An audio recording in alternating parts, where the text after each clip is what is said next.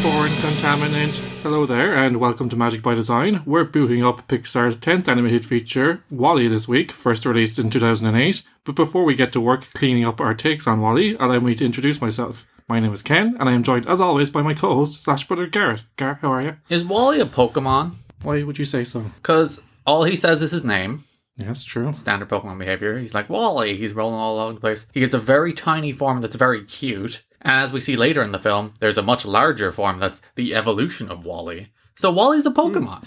I also have a take that WALL-E is the larger one's granddad. Oh yeah, he gave birth. You see, they put so many little cubes into WALL-E that he eventually gave birth to a organic being that can grow into a larger WALL-E. They weren't called WALL-Es, were they? Were they WALL-Es? Because you know the way Porygon evolves into Porygon Z? It's Z, isn't it? There's Porygon 2 and There's Porygon Z. There's a Porygon evolved form? There's two of them. Oh god. I think it's 2 and Z, or the evolutions of Porygon. Wasn't like that back in my day. So this is a sequel to Pokemon. It's in the Pokemon universe. That's canon. Okay, fair enough. You're welcome. That's a pretty big swing. Yeah, it's not a big swing. It's right there in the story, Ken, if you look for it. You just got to analyze the art well enough. Karen, one thing I wanted to mention, I remember seeing the trailer for WALL-E and they didn't give much away in it. It's just WALL-E wandering around doing his job. And they didn't release much after that. So I thought the whole movie was just WALL-E on his own. And I thought that Pixar had lost their minds. To be fair, the whole movie is basically WALL-E on its own. It's the probably animated movie that has the least dialogue of all time. Yes. There's not no dialogue. There is some characters that speak. There's the captain character and then the two, I can't remember their names. The two people that fall out of the chairs and realize there's a world outside their chairs. The male is John. Yeah. I don't remember the female. So the two of them, they also have speaking roles. But other than that, it's just everyone saying their names. Like WALL-E, Eva, Mo. Mo's my favourite. Mo. He's just like Mo. So Fred Willard, of course, Gar. Is he the one that voices Mo? No, Fred Willard. Oh, right, you get the live action bits, right? Yeah.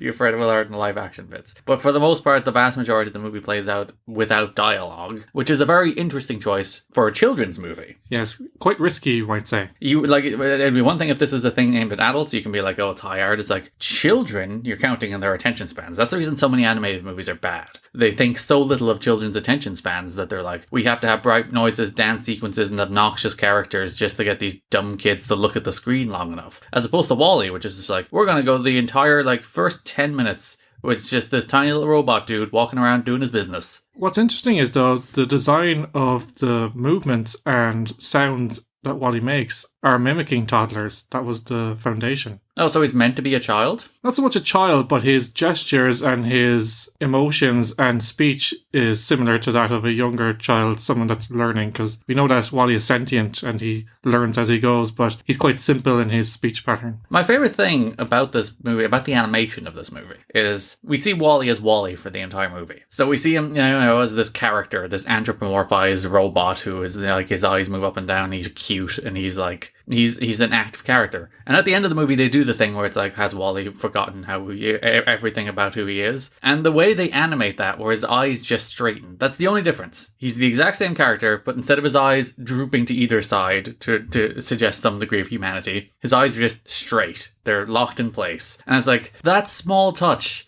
to tell you so much about that character is just so good. That's such good animation. Yeah, because essentially he's back to the factory setting, so he won't remember Eve or any of the events of the film. But also, you see his eyes start to focus. Yeah. So it's very well done. And I think this is the most detail-orientated Pixar film to date. Yeah, and it's weird that I wouldn't even say it's a pretty Pixar film, because it's not. Not in the sense that it looks bad. It's just it's a thing that it's set in a dystopian version of Earth, which is grey and brown. It has no colours. It has no life. That's by design. That's due to the plot. All you see is just piles and piles of trash. So it's not a particularly interesting looking film to look at in the sense that, it's not these vast, brilliant, lovely landscapes. There's scenes where they go to space and the space does look very pretty. Very nice. But for the most part, it's a spaceship. It's interior halls of a spaceship, which is just white for the most part, just white walls, black floor. That's It's basically a space casino. It's like being in Vegas where everything is done for you. It's like the Doctor Who episodes where they're in a space station. It's like they're always not going to be the best looking episodes to look at, but they're usually actually pretty good episodes, and like because they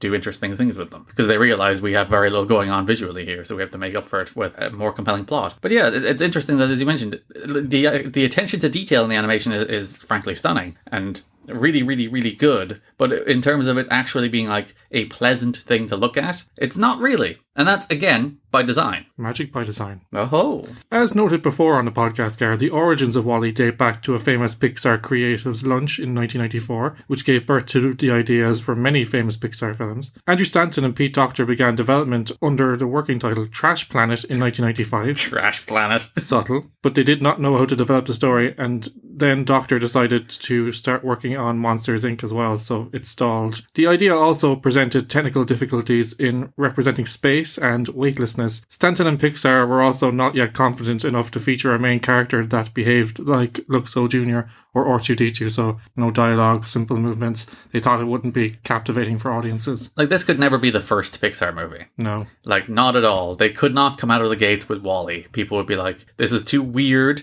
This isn't a children's film. What are you doing? It's about climate disaster and the characters don't talk. What are you doing? Following his work on Finding Nemo, Andrew Stanton believed that he could take the lessons learned around crafting realistic simulations of the physics of water and apply them to a movie set in space. So it's the same concept, really, weightlessness as such.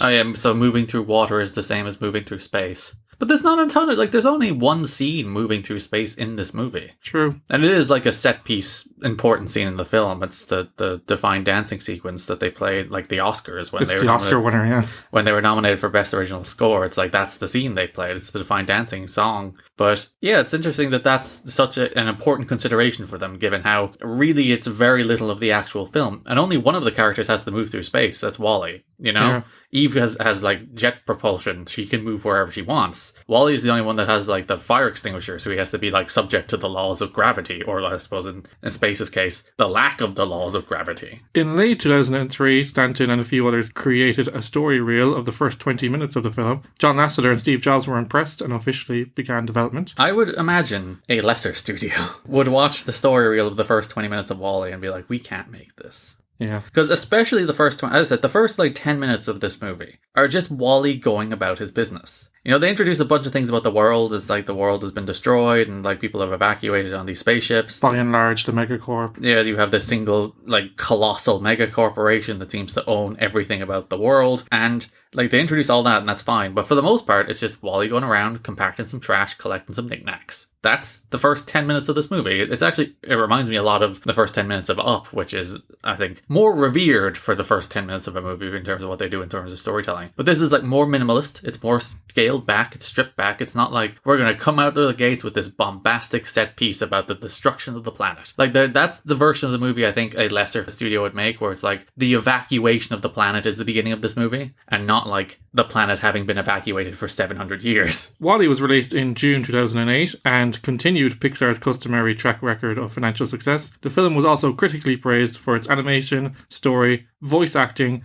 characters, visuals, score, most notably the minimal use of dialogue and scenes of romance. Do you want to come straight out with the take, Ken? Go ahead, Karen. It's the best Pixar movie. Yeah, it is. It's the best Pixar movie. If we talk about animation as art, I think they're getting to the point where the technology allows them to make choices. And what I mean by that is, it's not just what's the easiest thing to do or what can we do. It's like, what do we want to do? Yeah, it reminds me a lot of Beauty and the Beast.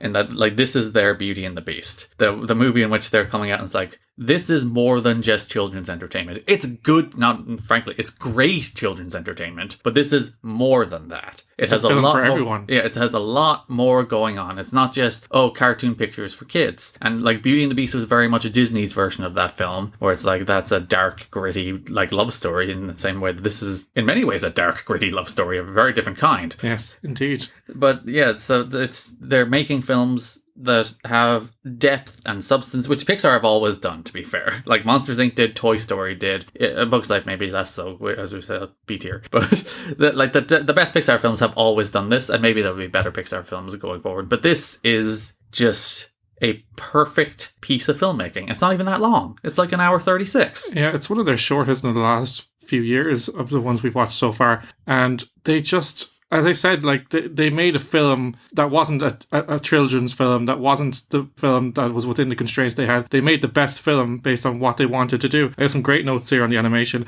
and it's more to do with the design rather than the actual animation itself. WALL-E was the most complex film since Monsters Inc. due to the world and the history that they had to display. Most Pixar films had around 75,000 storyboards. WALL-E had 125,000. Good God.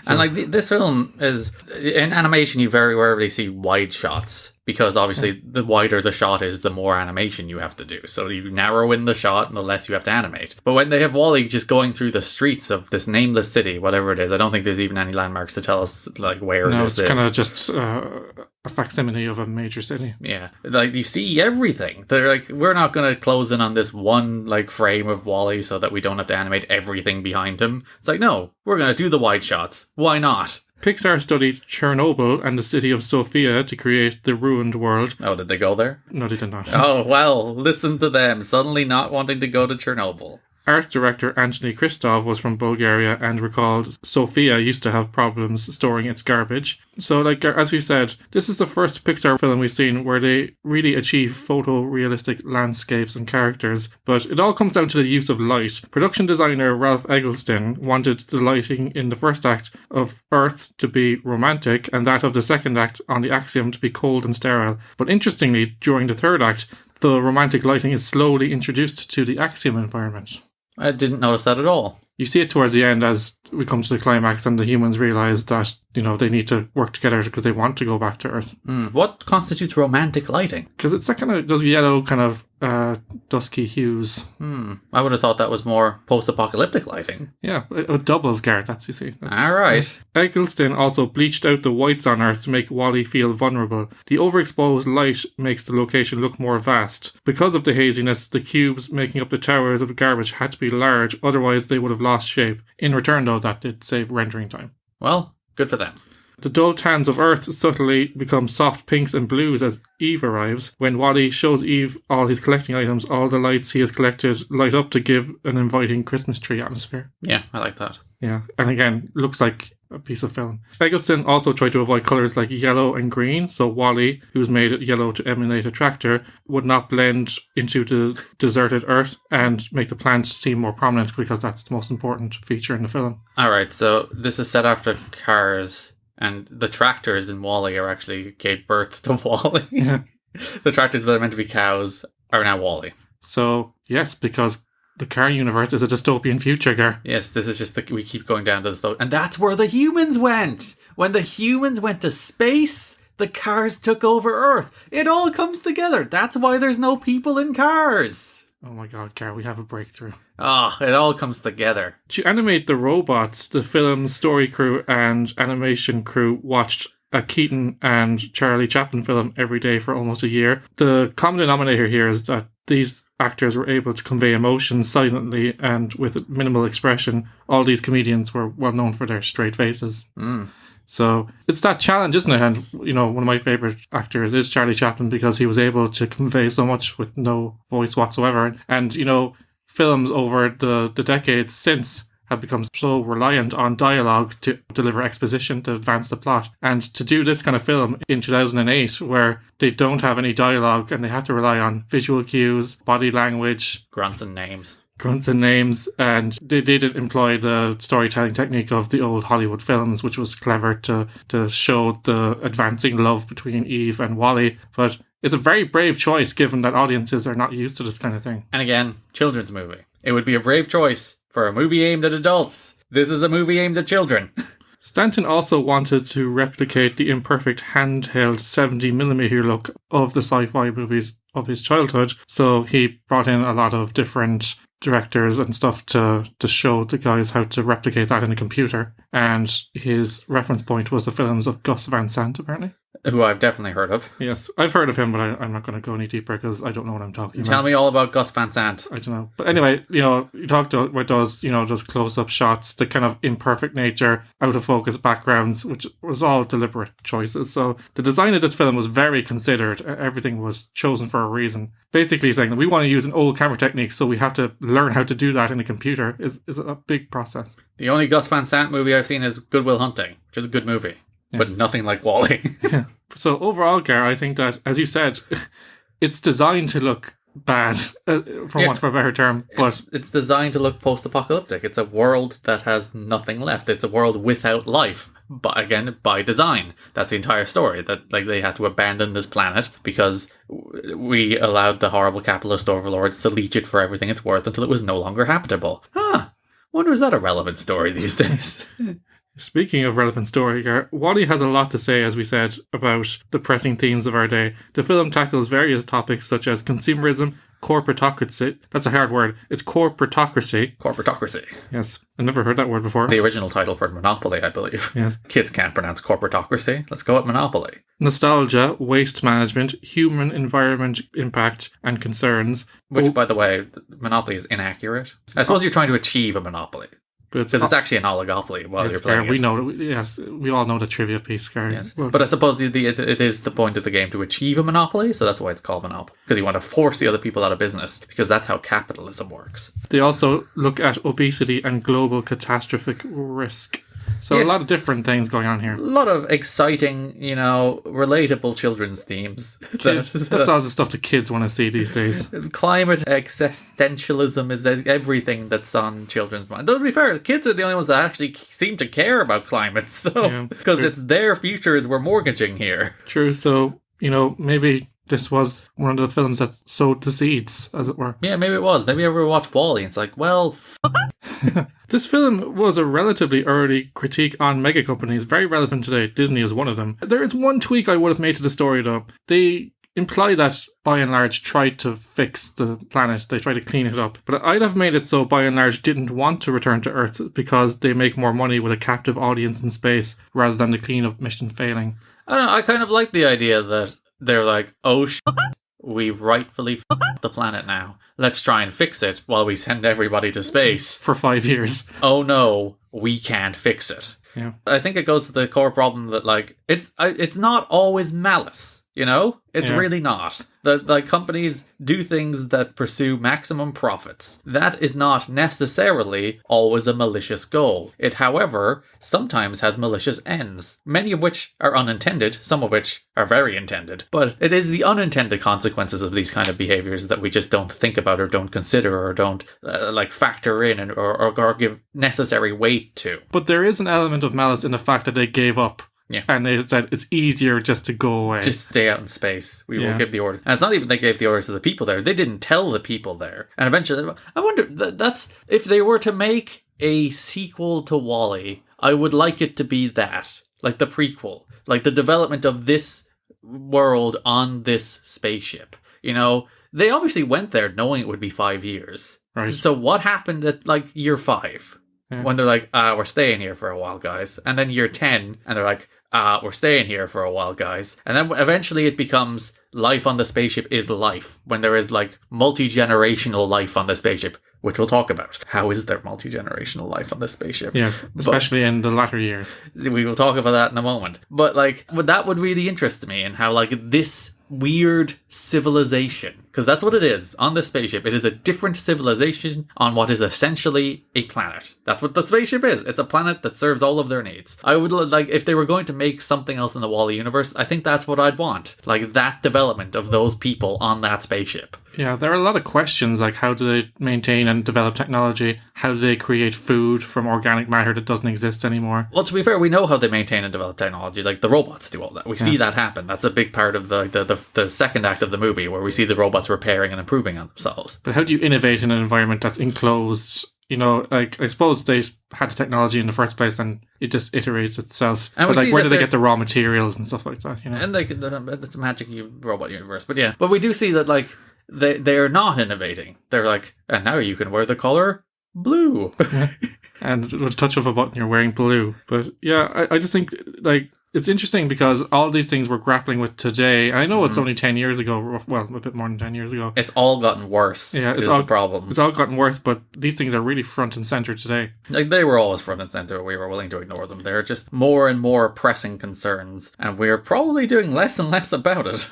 Gar, I'm kind of ashamed to say that I did not get that Wally was the last of his kind the other times I watched this movie. There actually was dozens of them, and he lives in a Wally transporter. It makes perfect sense, so I must not have been paying attention, because maybe I did remember it, but it's been a while since I've seen it, but I did not twig that. Yeah, and they literally show him moving past like the broken down husk of another Wally at one stage. Yeah. So it's like, it's not like they're subtle about it. He is maybe not the last remaining one on Earth, but certainly the last remaining one in this city. Still diligently going about his work. And that's, I think, legitimately, that is the best theme in this movie. That no matter how big the problem, no matter how difficult the issue, even when Earth is in climate catastrophe, even when it has been abandoned, the consistent acts and behaviors of one person or robot can make a difference. Like Wall-E single-handedly, based on what we're told in this movie, turns Earth from an uninhabitable hellscape into a place where life can grow again. That is entirely down to Wall-E's actions. His one little robot walking down the Earth, slowly but surely cleaning the place up so it becomes habitable. And I think, it's easy to look at this movie and see it as a message of hopelessness. That, we are approaching climate disaster, it's going to happen, and we are all going to become flat slobs on a spaceship that don't know how to do anything. It's easy to look at that and it's like, this has a bleak outlook on climate disaster and how all this climate stuff is going to go down. Or you can look at it as the actions of one individual can change the world, if they are diligent and smart enough about it. And if they all add up, then it becomes something bigger or a movement. Because a lot of people say that, it's like, I'm trying to do my best now these days, for example, to live more sustainably. I know there's blood on my hands. I know that for a fact. And the way we have constructed this world, it is impossible to live entirely sustainably. Which I think, if you remember The Good Place, there was the core message of that is there is no action that will not lead to some negative. None. So you do have to weigh and balance that. And mitigate as best as you can. But the point is, people say, what's the point in an individual? It's just a drop in the ocean. For example, our dear father makes a point why should Ireland reduce our emissions? We're not the worst. Yeah. But it's not the point. That's not the point. No, the point is that the actions of one gather and build and create the actions of many. And the inaction of many cannot be the justification for the inaction of one. There's a talking point here as well, Gar, about the convenience of modern technology when it goes too far, and the overall message is that we need agency and effort in our lives to make it meaningful. Yeah, and we have stewardship over these things and we simply cannot turn our lives over to them. Which is kind of what we've done in a lot of ways. The way we've turned the kind of content we see over to algorithms, and we have seen the consequences of that. We've seen what happens when we turn, we remove an editorial input from the kind of content we see, and it creates sustainable damage and real, there's a thing that people always talk about, the internet's not real. There's the internet world and then there's the real world. And we've seen that to be untrue over and over again. The way it spills into the real world, the way it affects the real world, the way it perhaps allows people who are unelectable to be elected. And a lot of that has happened because of what this film depicts, which is us turning off our brain and turning over many of the things we should be paying attention to over to robots or algorithms or things we don't have to think about. And it is bleak that this film was released. It's not a film about Facebook algorithms, but you can apply the very same idea of us sitting in those chairs being entertained by the thing in front of us and never actually removing ourselves from that situation and seeing the forest from the trees. You can apply that directly to Facebook algorithms. And this film was released in 2008. So yeah, and there's a bit of Apple product placement, and which is kind of gross when you think about what this film's about. Yeah. Again, this film was released by Disney with Apple product placement, and it's about mega corporations who are doing things that are unsustainable for the long-term well-being of the world. You might perhaps look at Disney and Apple as companies that are maybe contributing to that. Yeah, I think it was meant to be a gag because it's an old iPod and the boot-up sound is the really old boot-up sound for Macs. So it's trying to say that by the time it gets to 700 years later, that Apple may be obsolete, but it's also still there. Yeah, and it's also these are the companies that this film is lampooning. By and large is Amazon. It's basically Amazon. Yeah. And Amazon's not in this movie, but it's still one of the and the thing is, 10 years later, it's becoming that way. They're taking over everything. Movie studios, they dominate the web. They basically own the web. People don't know that. They make most of their money from AWS, which is Amazon Web Services. which hosts some of the biggest websites on the internet. Airbnb is an example. Yeah, they literally, and there was that one time that AWS went down, and literally the entire internet went down. Yeah. Because this one infrastructure platform went down. But yeah, and again, like when you watch this movie, you see like by and large own everything. Like there's a scene where Eve knocks over a bunch of ships, and all the ships are by and large ships. They're making the boats. Yeah. And like that is where we're moving. When you look at the companies like Disney buying up every single media property they can get their hands on, companies, as you said, like Amazon, who buy up Whole Foods, who are buying up all these different companies that they're coming into your home now with all these home,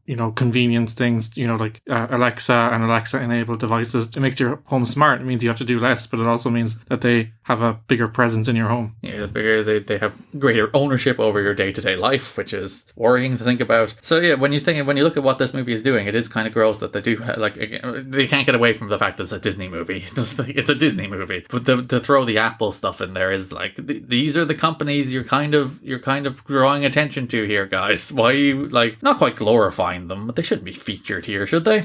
Yeah, true. I think the interesting thing and the terrifying thing is the depiction of future technology is something that you feel like could be real. It seemed fanciful even 10 years ago when we watched this movie, but it feels like these things could be real now, and that we're heading in that direction. There was a big announcement from, was it Facebook this week, that they're introducing VR meetings, and that's the first step. People talk about the tension between work from home and going to offices at the moment. You can think of a future where we'd all work from home and then go to the office by slapping on our VR headset and going to some kind of communal shared space where we work together in a digital world instead of a physical one. And that's not fanciful thoughts anymore. That's a thing that could realistically happen. This whole thing of us living our lives through digital avatars seemed like it was that's in the far-flung future, but we're doing it now. Yeah, increasingly.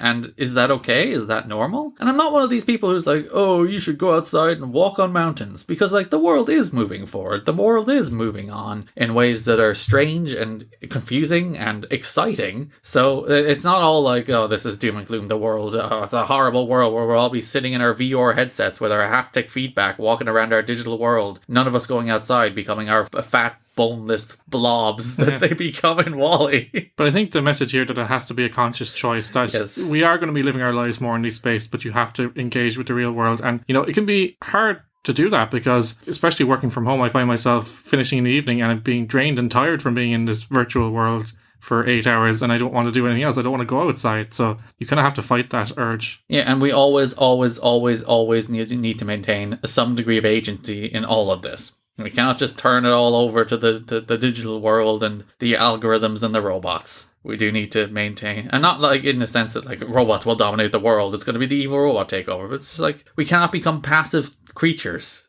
Because then we will eventually just fade away and classify ourselves as obsolete. Deep vulgar. This is a children's movie, and listen to the things we're talking about. Yeah.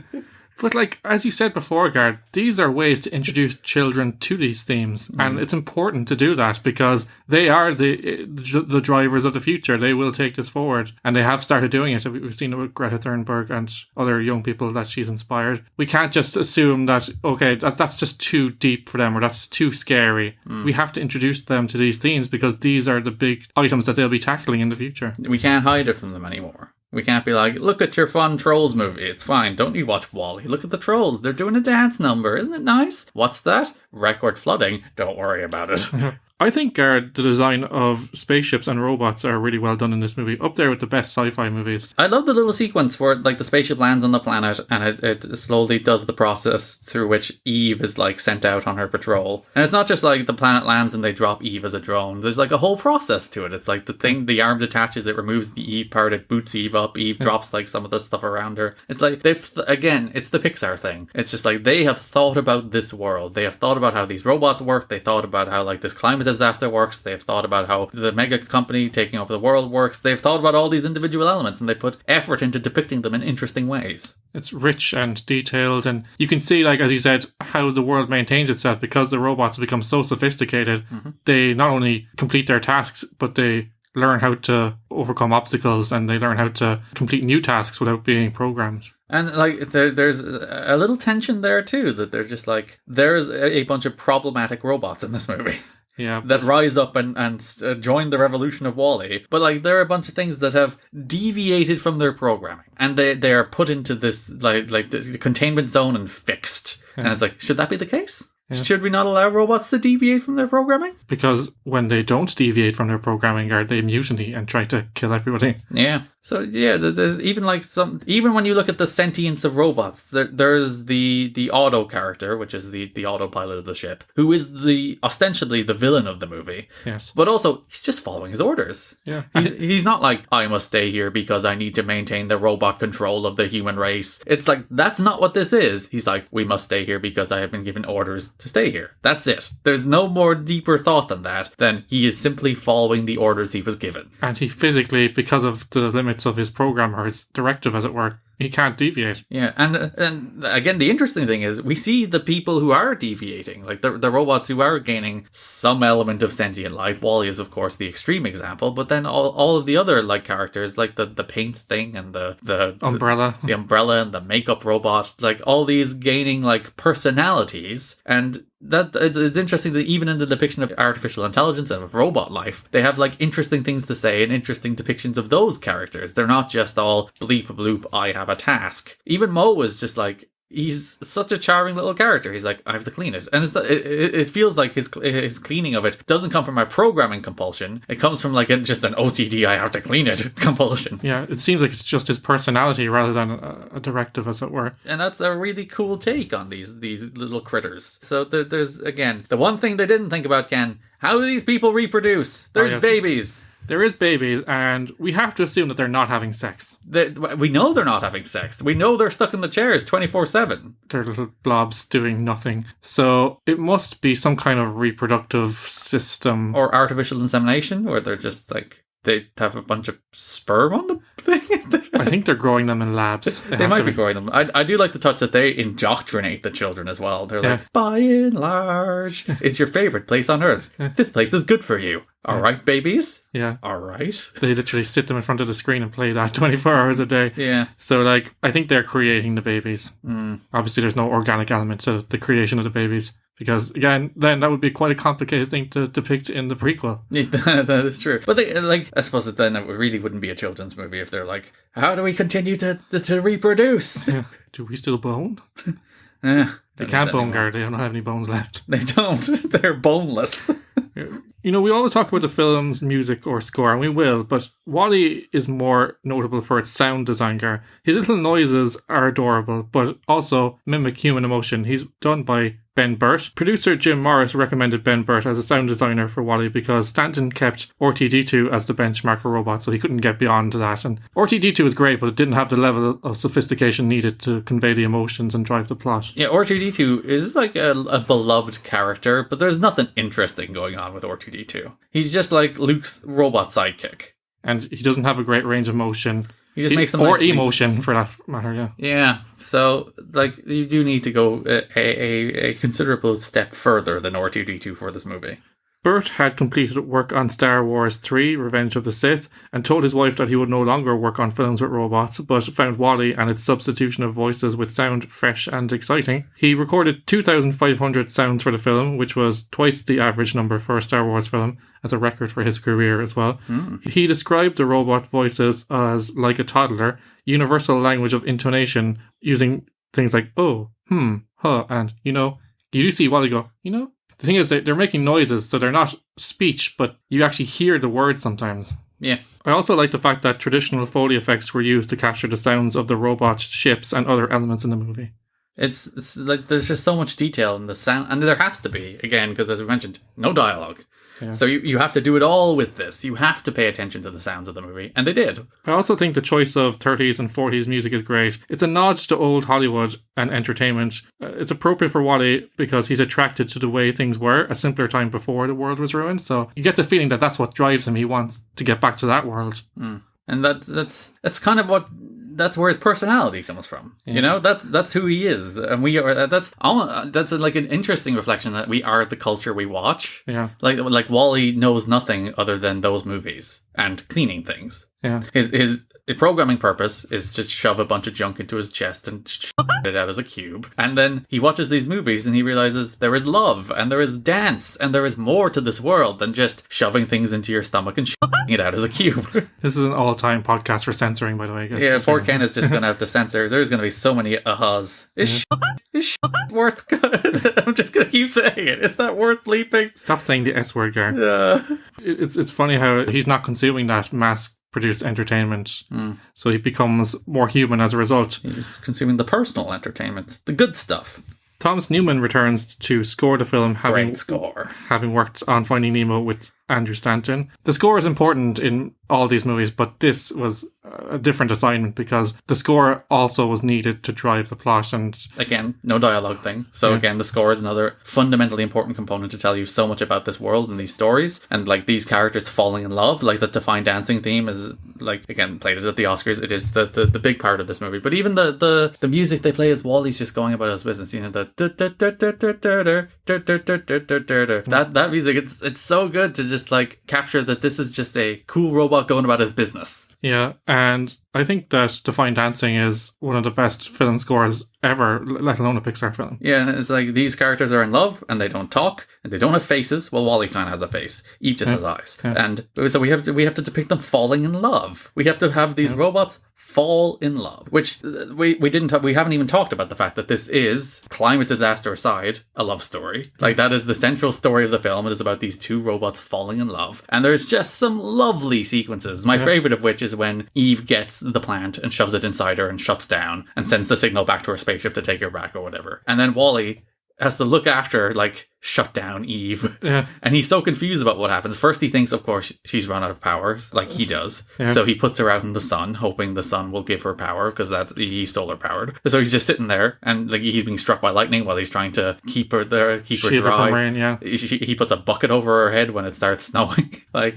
that sequence of him living with this robot and who he just fell in love with, you know, he lived all his life, presumably 700 years on this planet by himself, just going about his business, and then watching these movies and understanding what love is, and finally he sees another robot in the world, falls in love with her, and then she shuts down.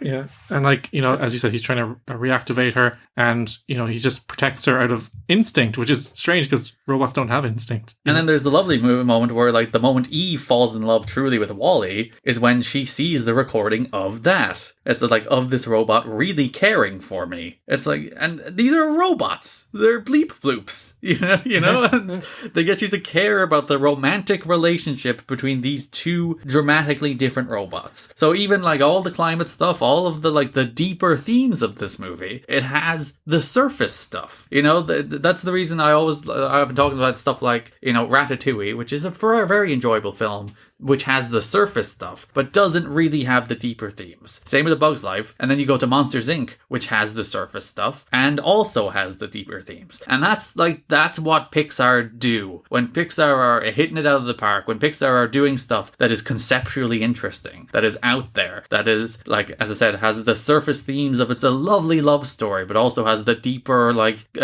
commentary on consumerism and on climate disaster and all that fun stuff. And, like, that's Pixar at its finest. That's why this is the best Pixar movie so far. And the brief of an old school Hollywood romance told with robots it seems bonkers, but it's so oddly compelling. And, you know, it's just like, who would give themselves that task, you know? That's the thing. And you watch this movie and it's like, how did they come up with this? Yeah. Like, like their first instinct, if the working title was Trash Planet, you can see that's where they started, obviously. This planet which has been left behind and abandoned by humans, and we have this one character left on it, and that's Wall-E. So that's probably where they started. And then it's like, well, where are the humans? What happened? Are they dead? No, they're in space. Okay. How do we depict them in space? And then Wall-E, if he's the last one left, Wall-E, quiet you clickety computer. Wall-E, if he's the last one left, what does he fall in love with? All right, so we connect the humans to Wall-E with the thing he falls in love with. And that, you know, they come up with those stories. And it's like that storytelling process to come up with something interesting and novel and unique and new that also has important things to say. That's Pixar. That's Pixar at its finest. We've distilled it to its finest elements. In terms of the legacy of this film, it garnered 5 Academy Award nominations, picking up the Best Animated Feature award easily by a country mile. Wall-E topped Time magazine's Best Movies of the Decade list, There are a lot of good films between 2000 and 2010, so that's lofty praise. Yeah, it's, as I said, Pixar has been making some bangers. It's not like, this studio that churns out trash has suddenly made a good movie. Like, they made some of the best animated movies of all time up until this point, and then they're just like, yeah, let's make a better one. Why not? Many critics consider this the best film of 2008, period. Yeah. So, the fact that an animated film can gain that kind of consensus, that it has value as a film, as a piece of art, let alone an animated film, that really shows how brilliant this is as a piece of filmmaking. And that's the thing. Increasingly there was pressure on the Academy Awards to nominate films like this for Best Picture, which WALL-E wasn't. And we'll cover it in the next episode. They began nominating films, they really had to stop. And that's it's not the first time, because Beauty and the Beast was nominated for Best Picture as well. So it's not like it's unprecedented for animated movies to be nominated for Best Picture, but it is unusual. And when you get movies of this quality, you cannot simply just be like, well, it's children's entertainment, it doesn't count among Slumdog Millionaire or Frost Nixon or Milk. It's funny you mentioned what's his name again? It's funny you mentioned Gus Van Sant movies, because that was nominated for the Academy Award that year, and obviously WALL-E wasn't. And The Reader, it has to be considered in that tier of movie. It just has to be. Just that it's aimed at children, just that it's moving pictures with the animation, doesn't mean that it cannot be considered among the best movies of the year. Because the result is the same. You've created compelling characters, you created compelling visuals, brought all the great elements together, like the sound design and the score and the framing, camera use. Just because it's done in a computer doesn't make it any less valid. People, are enamored with human endeavor. But the thing is, this is an even greater example of human endeavor, because it's created by humans, but it has to be made from scratch. Literally all of it is created by humans. Every single solitary frame of it. They've created viable human emotion via robots in a computer. In this dystopian world. And I think that's greater than anything you can do organically. But of course, we don't want to get away from the organic world, which is the message of this film. I know, yeah. We're like, oh, it's perfect that we're doing all of this in computers. And then it's like, wait, no, this movie is like, hey, wait a minute. Maybe that's not good. But by the way, I have to mention, Down to Earth, absolutely robbed. Yes. The Jai-Ho is a good song. It's very catchy. There is rumours, though, that he was a contender to win, but he refused to show up at the Oscars and perform the song, because, they have the segment where the songs are performed, but they only do a snippet. He wanted to perform the whole song, and they declined, so he declined to show up. Yeah, John Legend did it, didn't he? Yeah, so I think that's what maybe went against him in the end. They were like, we're not voting for you anymore. But yeah, even just that song, that credit sequence, where they do show, it's not really a part of the movie, but they show the repopulation of Earth. They show how all these characters, begin to recreate Earth. And we know, Earth isn't the best place in the world. There's still, rolling sandstorms. It's not like it is this perfectly inhabitable place, but it is a place that is now inhabitable again, even with some challenges that they're willing to face. But I like that they show, and it's not like they go deep, but they show them, repopulating, replanting, rebuilding buildings. And it's fun to see them, working with the robots, not just, the robots doing the work, but they're working hand in hand with the robots to repopulate Earth. That could have been a throwaway visual with, just some kind of, stills from the movie, or even nothing at all. But they tied up the story via the credits, which is a really clever thing to do. And again, Down to Earth, banger. It's a banger. Absolute tremendous song. So, Gar, overall, I think we buried the lead at the start. This is the best Pixar film. Maybe we should end the series here, because, but there is stuff to talk about going forward. But it's almost hard to encapsulate. But if you look at all the elements, the animation, they made so many choices with the lighting, with the camera work, with the sound, the story development. And it's all considered and curated to make a unique film. Not a children's film, not a film where they just, let's just get it out the door. They made the film they wanted to make, and they made it important. And yeah, all of it. Every single element of this film is the best Pixar I've ever been. Maybe not in terms of wowing visuals, because again, by design, that's not what this film is. But in terms of the detail of the individual animation, in terms of the sound design, in terms of the voice performances, which Tom Hanks' performance in Toy Story is better than any performance in this movie. But the performances in this movie are so perfectly suited for what this movie is that you cannot help but love it. And the storytelling, the deeper themes, the world building, all of it is absolutely great. Even like Jeff Garland's performance is really good in this movie. Yeah, because he starts as a passive blob, for want of a better term. He's a blob. And then I do like the gag of them moving past each individual captain, getting increasingly blobbier and boneless. Yeah, but he eventually learns that he shouldn't be passive. He needs to take control of his life, and he can't just leave the world behind. He learns that to save it, they need to do the work. And he grows through the film, and Jeff Garland's just a great voice in general, very recognizable, but also full of character. Yeah, Wait, by the way, did you know that the Macintosh text-to-speak program was the voice of Otto? Oh, really? Yeah. That makes sense, actually. Which ties it into the Apple stuff. So Apple is the problem in this movie. So maybe the critique is burying Apple. Steve Jobs is like, yeah, I like this movie, put the Apple references in. And then Andrew Stanton's like, secretly, we're actually saying Apple is bad, but don't tell Steve. Yeah.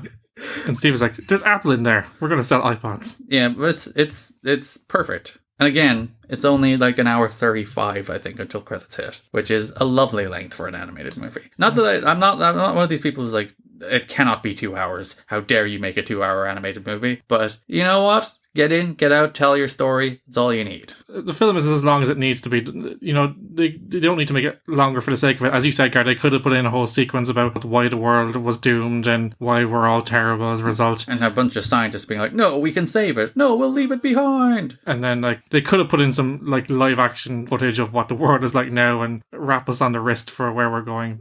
And I actually like the live action elements of this movie. It's unusual for a Pixar film to have like Fred Willard is the first live action Pixar performer. Well, maybe not the first. I think there's actually some live action before he shows up. But it's like, it's a cool little touch. Well, that's previously captured footage for a different thing, where this is made for the film. The first and only instance to date, Gar. So there you go. So it's something a little different. All right, Pixar bots. Sadly, it's nearly time to return to Earth for another week. Resident Magic by Design singer Nicole is coming up in just a few moments with a song from WALL-E, so be sure to stay with us for an old school musical treat at the end of the show. New episodes of Magic by Design land every Monday, where all magical podcasts are downloaded. Stop by our website at magicbydesign.buzzsprout.com to find the full list of podcast platforms. We are literally everywhere: Apple Podcasts, Spotify, Google Podcasts, Amazon Music, you name it, we're on it. Make sure to subscribe wherever you get your podcasts so you never miss an episode. Consume all things Magic by Design by following us on social media. You can find us on Facebook at facebook.com/Magic by Design Pod, on Twitter at Magic Design Pod, and on Instagram at Magic by Design Pod. We are always hoping to bring new listeners to the show, so if you've got a spare moment, please do give us a review on your podcast platform of choice.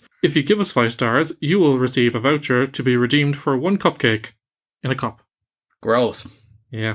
Next week, we'll be reviewing Pixar's 11th animated feature, Up, so be sure to tune in for that. But until then, stay safe and remember, don't just survive, live. Now then, good things come to those who wait, so as promised, Nicole is here with her own spin on Bab's part from Hello Dolly's It Only Takes a Moment, featured in WALL-E. Thanks for listening, and see you next week.